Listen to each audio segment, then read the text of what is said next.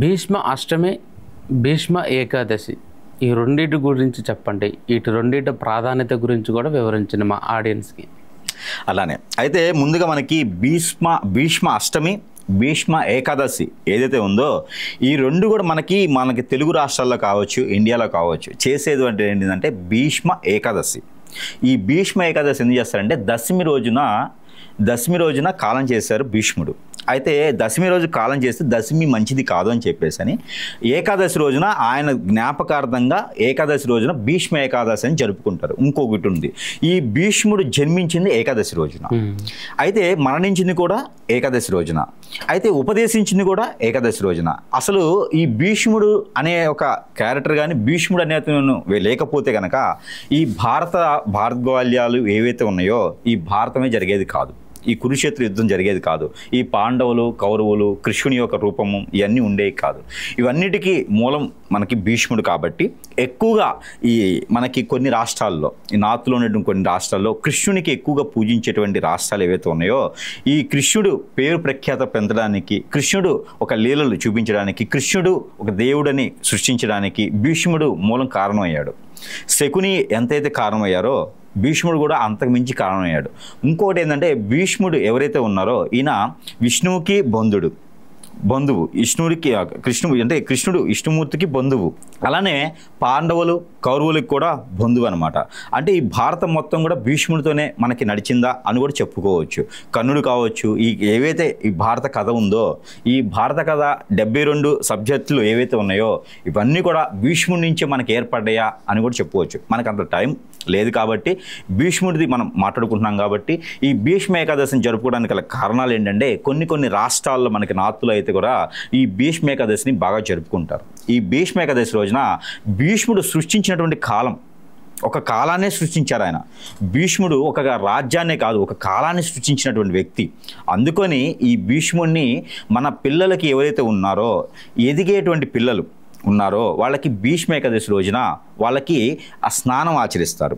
మనకి నూనెలు ఉంటాయి, ఈ భీష్ముడికి సంబంధించినటువంటి నూనెలు కొన్ని ఉంటాయి. అవేంటంటే వేప నూనె, అలానే నువ్వుల నూనె, అలానే మనకి మస్టర్డ్ ఆయిల్, ఆవాల నూనె అని ఉంటుంది. ఇవన్నీ కూడా భీష్ముడికి సంబంధించినటువంటి ఆయిల్. కొన్ని రాష్ట్రాలు మనం చూసినట్టయితే వీటితోనే వంటలు చేసి తినేటువంటి ఆచారం కొంతమందికి ఉంటుంది.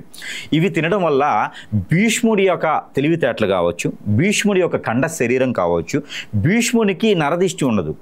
ఆయనకు ఉన్నటువంటి కండ శరీరానికి మంచి నరదిష్టి ఉంటుంది, నరదిష్టి ఉండదన్నమాట భీష్ముడికి. అలానే భీష్ముడు ఉన్నటువంటి గొప్ప లక్షణం ఏంటంటే ఎవరైనా భీష్ముడిని కదిలించారు, ఎవరైనా హిప్నటైజ్ చేయగలిగారు, భీష్ముడికి ఎవరైనా అమ్మాయిలు కావచ్చు లైన్ వేయగలిగారు అంటే మన లాంగ్వేజ్ ప్రకారంగా హిప్నటైజ్ చేసేసి వాళ్ళ వైపు లాక్కోగలిగారంటే భీష్ముడి తరం కాదు.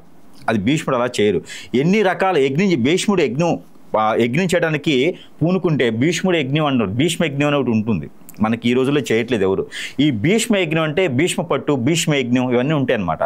ఈ భీష్ముడు ఎవరైతే ఉన్నారో యజ్ఞ యాగాలు నిర్వర్తించినా, అలానే భీష్ముడు ఎవరైతే ఉన్నారో ఒక పని చేయాలనుకుంటే, ఒక యుద్ధాన్ని కూడా ఒక మాట ఇచ్చి యుద్ధం చేయాలనుకుంటే కూడా నా చుట్టము వీడు పక్కమని లేకుండా ఆయన కామన్గా యుద్ధం చేసేటువంటి క్రియలు ఉంటాయి, మాట మీద నిలబడే వ్యక్తి, ఇవన్నీ కూడా ఉన్నాయి కాబట్టి భీష్ముడు అయ్యాడు. అలా మన పిల్లలు కూడా అవ్వాలని చెప్పేసి భీష్మ యాగం, భీష్మ యజ్ఞం అని చెప్పేసి మన పిల్లలు మాట విల్లని వాళ్ళకి, అలానే మైండ్ సెట్ సరిగలేని బాలరిష్ట రోగాలని కొన్ని ఉంటాయి, పిల్లలు ఎదగలేనటువంటి క్రియలు ఉంటాయి. వీళ్ళందరూ కూడా ఈ భీష్మ ఏకాదశి రోజున ఆలయంలో, శివాలయాల్లో కావచ్చు, విష్ణు ఆలయాల్లో కావచ్చు, ఈ ఆలయాల్లో అక్కడ భీష్ముడికి సంబంధించిన యజ్ఞయాగాలు నిర్వర్తిస్తారు. అక్కడ అసలు విషయం చెప్పాలంటే భీష్ముడు అంటే ఎవరు, అసలు ఈ భీష్ముడు ఈయన ఎక్కడి నుంచి వచ్చాడు అంటే భీష్ముడు స్వయాన శివ భగవానుడు, ఏదైతే ఈశ్వరుడు ఉన్నాడో ఈ ఈశ్వరుడే భీష్ముడు. ఈ ఈశ్వరుడే భీష్ముడు కాబట్టి ఆ శివాలయాల్లో కూడా ఆ రోజున అర్చనాభిషేకాలు చేయించుకోవడం ద్వారా మరీ మంచిది. ఎవరు వేరే వ్రతం చేసనో, వేరే పరసనో, లేకపోతే వేరే మనిషో, వేరే గ్రహాంతరవాసో కాదు భీష్ముడు. భీష్ముడు అంటే స్వయాన శివ భగవానుడే. కాబట్టి ఆ అవతారంలో విష్ణుమూర్తితో పాటు శివ భగవానుడు కూడా ఉండాలి. కాబట్టి ప్రతి అవతారంలో విష్ణుమూర్తి 10 అవతారాలు, 10 అవతారం విష్ణుమూర్తికే చూపిస్తారు. ఈ శివునికి భగవానికి చూపించరు. ఎందుకంటే భీష్ముడు కూడా శివుడే కాబట్టి. ఈ శివుడు భీష్ముడి అవతారంతో ఉన్నాడు కాబట్టి ఆ రాజ్యం మొత్తం, ఆ పాలన మొత్తం, ఆ యుగం మొత్తం కూడా పాలన జరుగుతుందన్నమాట. అక్కడ జరగడం ద్వారా మన కలియుగం వచ్చేటప్పటికి ఏమవుతుందంటే 3 పాదాల మీద కాకుండా 4 పాదాల మీద నిలబడేటువంటి ఏదైతే ధర్మం ఇవన్నీ ఉంటాయి కదా, ఇవన్నీ కూడా కలియుగం వచ్చేటప్పటికి విపత్తులైపోయినాయి. ఆ కాలంలో ఏదైతే కృష్ణుడి వారి కాలము మనకి చివరిదనమాట. అప్పుడు ఆధ్యాత్మికమైనటువంటి కాలం కృష్ణుడి కాలంతోనే అయిపోయింది. ఆ ద్వారక కావచ్చు, ఆ తిరుమల కావచ్చు, అన్నీ కూడా కృష్ణ అవతారంతో 10 అవతారాలు 10 అవతారాలు అయిపోయినాయి. ఇప్పుడు కలికి అవతారం 11వ అవతారం వస్తుంది విష్ణుమూర్తిది. అయితే ఇక్కడ కూడా శివ భగవానుడు మనం ఆలయ రూపంలో ఈరోజు దర్శనం చేసుకుంటా ఉన్నాము. శివుడు ఆ టైంకి ఏదైతే కలికి భగవానుడు ఉంటారో ఆ టయానికి అతను కూడా వచ్చి పాలించేటువంటి కాలం ఉన్నది. అయితే మనకి చూసుకున్నట్టయితే భీష్మ ఏకాదశి జరుపుకోవడానికి కారణం ఏంటంటే ఆయన కూడా శివ భగవానుడు కాబట్టి ఆ ఉద్దేశంతో భీష్మ ఏకాదశి జరుపుకోవడానికి పిల్లలకి ఎదుగుదల ఉండడానికి యాగాలు కావచ్చు, యజ్ఞాలు కావచ్చు, అభిషేకాలు కావచ్చు చేసుకున్నట్లయితే మంచి జరుగుతూ ఉంది. భీష్ముడికి సంబంధించినటువంటి విషయం ఏంటంటే పంట పొలాలంటే భీష్ముడికి బాగా ఇష్టం. ఆ ఏకాదశి రోజున కనుక మనము ఇప్పుడున్న దాని ప్రకారంగా పంట పొలాలు ఏదన్నా కొత్తగా నాట్లు వేసేవారు కనుక వేసుకున్నట్లయితే మంచి జరుగుతుంది. పచ్చని పంట అంటే పెసలు కావచ్చు, ఇలా పచ్చగా ఉండేటువంటి పంటలు వేయడం, ఆకుకూరలు కావచ్చు, ఇలా ఏది కూడా పచ్చగానే ఉంటుంది. ఆ పంట వేయడం ద్వారా ఆ భీష్మ ఏకాదశి రోజున మొదలు పెట్టడం ద్వారా మంచి జరుగుతుంది. అయితే ఈ భీష్మ ఏకాదశి రోజున ఏదైతే మనకుందో ఆ భీష్మునికి మనము ఆరాధన చేసినట్లయితే మన ఇంట్లో ఏదైనా విపత్తులున్నా, చెడు ఏదైనా ఉన్నా, మన మీద చెడు ప్రయోగం జరిగిందని ఒక నమ్మకం ఉన్నా కూడా అవన్నీ కూడా తొలగిపోయేదానికి ఎక్కువ ఆస్కారం కనిపిస్తూ ఉంది. ఇది భీష్మ ఏకాదశి రోజున చేసుకునేటువంటిది ఇది. అయితే భీష్ముడు ఏదైతే ఉన్నారో అదే రోజున విష్ణు సహస్రనామం కూడా వల్లించినటువంటి రోజుగా మనం పరిగణించవచ్చు. అయితే మనకి భీష్మ అష్టమి అని ఉంది. ఈ భీష్మ అష్టమి ముందుగా వస్తుంది. అయితే మనకు ఇంకోటి ఉంది.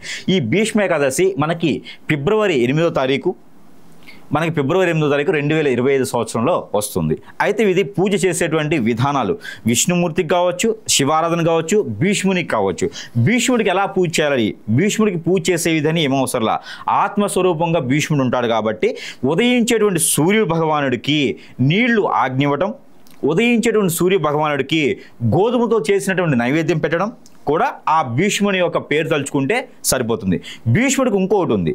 మనకి పూర్వీకులు ఎవరైనా కాలం చేసి ఉంటారు కదా, ఆ పూర్వీకులు కాలం చేసి ఉన్నటువంటి వాళ్ళకి క్రియలు ఉంటాయి, వాళ్ళకి కొన్ని కోరికలు ఉంటాయి. వాటి వల్ల ఇక్కడ జీవించేటువంటి వాళ్ళకి ఏదైనా ఎత్తు పల్లాలు అవుతూ ఉంటాయి అనమాట. అంటే ఎదుగుదల లేనటువంటి జీవితాలు ఉంటాయి. వీళ్ళందరూ కూడా ఆ పెద్దలకి పేర్లు తలుచుకొని ఆ శివ ఎవరైతే భగవానుడు ఉన్నారో ఆ శివ భగవానుడి సాక్షిగా, ఆ విష్ణుమూర్తి సాక్షిగా ఆ భీష్ముని పేరు తలుచుకొని, మన పెద్దల పేర్లు తలుచుకొని ఉదయించేటువంటి సూర్యుని కనుక నమస్కారం చేసుకుని నీళ్ళు ఆగ్నించేసి గోధుమలతో చేసినటువంటి ఏదైతే నైవేద్యం ఉందో అది కనుక సమర్పించినట్లయితే వీళ్ళలో ఉన్నటువంటి ఎదుగుదల బాగుంటుంది. వీళ్ళలో ఉన్నటువంటి విపత్తులు ఏమైనా ఉన్నా, ఆర్థిక స్థితిగతులు ఉన్నా, ఏవైనా పనులు కాకపోయినా కూడా ఇవి చేయడం ద్వారా భీష్మ ఏకాదశి రోజున ఈ రకంగా చేయడం ద్వారా మంచి ఉన్నతమైన స్థాయికి వెళ్ళేటువంటి ఆస్కారం అదృష్టం ఉంటుంది. కాబట్టి ఇది ఖచ్చితంగా ప్రతి ఒక్కరు కూడా గమనించుకోవాల్సిన విషయం. ఇది భీష్మ ఏకాదశి యొక్క గొప్పతనం. అయితే మనకి 2025 సంవత్సరం ఫిబ్రవరి 8వ తారీఖున వచ్చేటువంటి భీష్మ ఏకాదశి రోజున ఏ రోజు పూజ చేయాలి అని ఉంటుంది.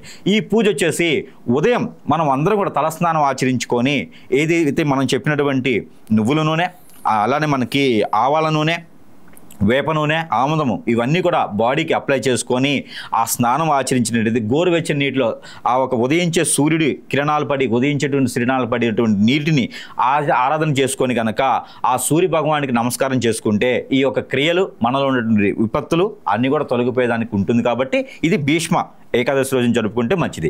ఆ రోజున ఉదయం 5:40 నుంచి 7 సమయం లోపు, ఉదయం 7 సమయం లోపు కనుక ఇది చేసుకున్నట్లయితే మంచి జరుగుతూ ఉంది. అయితే ఇప్పుడు మనకి భీష్మ అష్టమి ఇది వచ్చేసి ఫిబ్రవరి 5వ తారీఖు 2020 సంవత్సరంలో వస్తుంది. ఈరోజు కనుక విష్ణుమూర్తికి పూజించుకోవడం వలన మంచి జరుగుతూ ఉంది. మనలో ఉన్నటువంటి విపత్తులన్నీ కూడా తొలగిపోతాయి. అయితే ఈ భీష్మ అష్టమి అసలు ఏంటి అనేది ఉందంటే, మనకి ఎవరైతే భీష్ముడు చనిపోయే 2 రోజుల ముందు, ఏదైతే భీష్ముడు చనిపోయేటువంటి 2 రోజుల ముందు తనకు తెలుసు నేను మరణిస్తాను పలాని చేతుల ద్వారా అని తెలుసు. తనకి తెలిసి కృష్ణుడి దగ్గరికి వచ్చాడు భీష్ముడు. కృష్ణుడి దగ్గరికి భీష్ముడు అష్టమి రోజు వచ్చాడు.